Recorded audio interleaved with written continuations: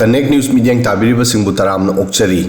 haidokhiba wa hanjilakte wafam ama madugi artham munna khangdana haidoktrabadi kona lale ngakpiyu haijaba tabani lale ngakpiyu haijagadaba oirabadi karigi hairibano hana khantabana phatra aduna ahansingna mina sibana chinda hainaribasi asumna boxer Mary Kom na handak national TV show amada haikiba mahak statement sing adugi maramda miyamda ngakpina ba hairakli so aduda Mary Kom na mahaki hanagi nupa onlarda lupa amata tandana nupi gi maral charga lei haiki aduga mahaki ex ki career gi maramda lerak lekai da football sanarakpani masidi mi loina sanai masina hekta Sunil Chhetri natraga Baichung Bhutia oide haiki wafam sing asi social media da viral oiki amadi masi miyamna lana launaki Mary Kom bu social media da troll taunaki maki nupi natraga nupa oibe yai kanagumba amana awaba khangmin aduna maki partner bu support tauraga kona mai paklaba matungda mahakpu nupi gi maral chabani hairabadi madugi message adu lana chatpham thoi maramdi Mary Kom haurakpada mai pakpa aphawba misak amanate struggle tauraba matungda phaurakibani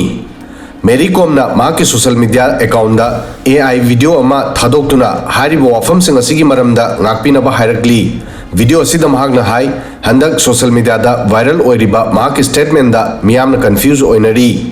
mahakna clear tawduna hai mahaki marriage life haurakpada success oidaba tawde chahi kya pumnamak normal oirami adubu kona situation on ki amadi thajaba pumba mangki adudagi awon balakpa hoki April 2025 ta mahaki divorce amadi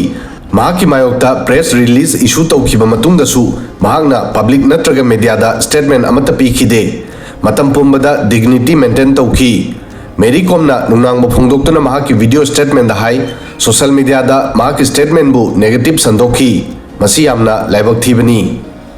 Mary Kom na hai mahak youth football culture natraga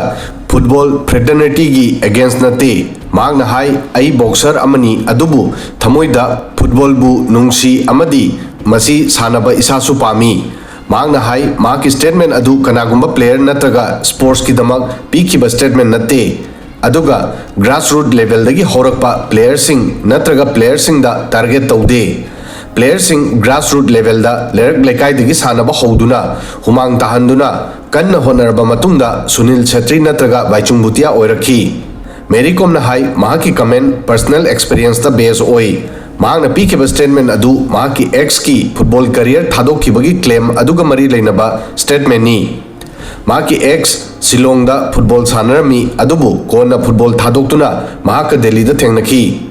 Mary Kom na hai aapki adalat show da mahakna hai ki bo wahi sing adu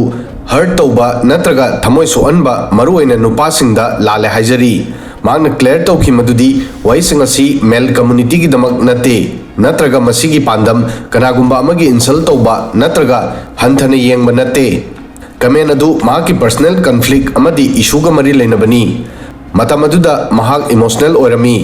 Mary Kom na mahaki video message ta hai chahi kyadagi namthaduna thamlakpa emotion depression